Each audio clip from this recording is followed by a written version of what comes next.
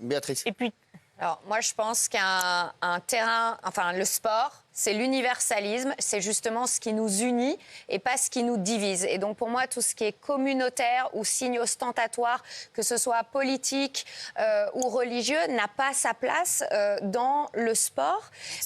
D'ailleurs, c'est dans la charte des Jeux Olympiques que tous les pays acceptent de respecter. Donc je vois pas tellement pourquoi on revient sur ce sujet dans le sport en France. Donc la fameuse Béatrice, elle veut défendre la neutralité du sport, ok? Donc elle veut débarrasser le sport de toute expression religieuse, politique, et elle s'appuie, comme elle dit elle-même sur la vidéo, sur la charte olympique. Donc pour justifier au fait le port du voile. Mais quand même, son raisonnement est quand même incohérent. Dès lors qu'on autorise d'autres formes de manifestations religieuses sur le terrain, donc ton raisonnement ne tient plus. Si tu veux interdire le voile, parce que tu estimes que... Ah, il faut tout interdire alors. Tu ne peux pas interdire que le voile. Sinon, c'est un problème avec l'islam. Ce n'est pas un problème avec le fait de porter le voile dans le sport ou pas. C'est une interdiction sélective, au fait. Donc, si on interdit le voile au nom de la neutralité du sport, alors pourquoi on autorise un joueur à faire le signe de croix en entrant sur le terrain? Ceux qui regardent souvent le foot, là, vous voyez souvent les Neymar, surtout beaucoup les Brésiliens. Parce qu'ils sont fort croyants, ces gens-là. Quand ils rentrent sur le terrain, ils font un signe de croix. Laissez un footballeur pointer du doigt vers le ciel. Après lorsqu'il marque un but, pour remercier Dieu. Quand il marque un but. Encore, beaucoup les Brésiliens. Pourquoi on peut faire ça sur le terrain et on ne peut pas porter un voile? Pourquoi vous n'interdisez pas les prières collectives sur les pelouses avant et après le match? Ou même pendant le but? Ceux qui regardent le foot ont déjà vu des joueurs, beaucoup, les Sud-Américains, quand ils marquent un goal, ils se mettent tous autour, ils se font un petit cercle, quelques joueurs, ils pointent des doigts dans le ciel et ils prient. Ou avant le match, tu as souvent des joueurs qui se mettent à genoux, qui prient avant de commencer le match. Pourquoi vous ne l'interdisez pas? Parce que ces gestes, ils sont aussi ostentatoires qu'un voile. Sauf qu'ils sont devenus acceptables parce qu'ils sont ancrés dans la culture du football. Et plus largement dans une tradition occidentale, où la religion chrétienne est la plus tolérée dans l'espace public. Ce n'est que ça. Donc, encore une fois, 2 poids, 2 mesures. Benjamin, écoute-moi. Reste ici, écoute-moi. Ne va pas boire de l'eau. Reste là, j'ai presque fini. Quand un joueur fait un signe religieux, on dit que c'est spontané, c'est culturel ou c'est personnel. Mais quand une femme porte le voile, on considère que c'est un signe ostentatoire qui pose problème. Mais quel problème? Pourtant, dans les 2 cas, il s'agit d'une expression religieuse individuelle. Quel est le problème que ça porte? Le seul problème que moi, je peux vous dire, amateur de football, que j'aime le football, Real Madrid, c'est que, de toute façon, je ne regarde pas le football féminin. Mais bon, quand bien même.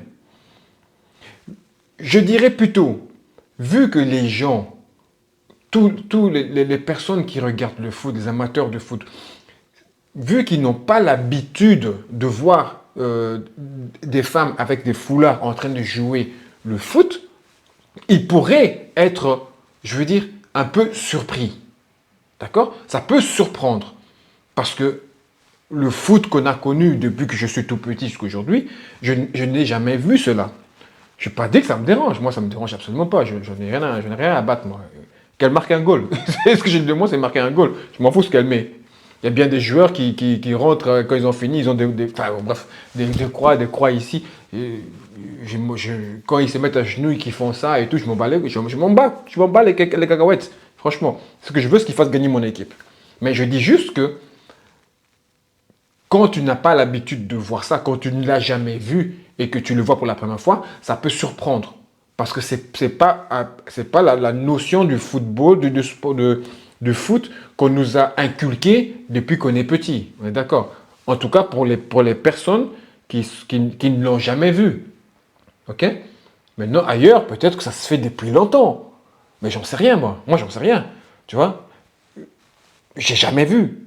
Ici, maintenant, oui, maintenant je l'ai déjà vu, hein, mais je m'en fous, moi. Mais je veux dire que pour d'autres personnes qui ne l'ont jamais vu, ça peut les choquer, ça peut les choquer, non, mais surprendre. Mais ça ne pose pas le problème. C'est pas pour autant qu'ils vont sortir, ils vont sauter, ouais, non, ça abîme. Non, non du tout. Le football, ça joue avec les pieds, pas avec ce que tu mets sur la tête. Il y a bien des gardiens qui sont au goal avec des chapeaux. Donc en réalité, l'interdiction du voile sur le sport ne repose pas tant sur un principe d'universalité que sur une volonté politique visée spécifiquement une religion. Car si l'objectif était vraiment une stricte neutralité, on devrait interdire toute forme d'expression religieuse. Toute. Y compris les gestes chrétiens sur le terrain. Et puis la Béatrice, quand elle cite la charte olympique, ok, parce qu'il y a il y a certains politiciens aussi hein, qui sont contre, qui ont cité la charte olympique. Et en fait, qui profitent, hein, ils profitent, comment dirais-je, ils cherchent des arguments par-ci et par-là pour trouver le moyen de l'interdire. Pardon, excusez-moi. Pour trouver le moyen de l'interdire. Ce n'est que ça. Mais moi, je dirais que cette charte olympique est mal interprétée, en fait. Chacun a son interprétation, en fait, de ce qui est écrit dedans. Parce que la charte de JO interdit la propagande religieuse ou politique. Mais cette règle vise à empêcher les revendications militantes, pas l'expression personnelle d'une croyance. Nuance. Un athlète qui porte un voile, tout comme un joueur qui fait un signe de croix, n'est pas en train de faire du prosélytisme. Il exprime simplement sa foi. Donc, conclusion, si on veut un sport réellement neutre, alors il faut interdire toute forme de manifestation religieuse, y compris celles qui sont tolérées aujourd'hui. Sinon, il faut reconnaître qu'interdire le voile, mais accepter d'autres signes religieux, relève d'un pur opportunisme politique. Pas d'un véritable attachement aux valeurs universelles du sport. Je suis désolé. Non du tout. C'est de l'opportunisme. 2027 n'est plus loin, les amis. 2027 n'est plus loin. Tout le monde veut voler les électeurs du RN. Voilà pourquoi. Ma vérité à moi, ça n'engage que moi. En réalité, la France ne veut pas voir des signes religieux liés à l'islam. Voilà la vraie vérité. Pour moi, c'est ça la vraie vérité. Le voile dans le sport, une polémique inutile, stupide, qui ne mettra pas de nourriture sur ta table. Donc, attaque-toi au vrai problème. Ton frigo est toujours vide.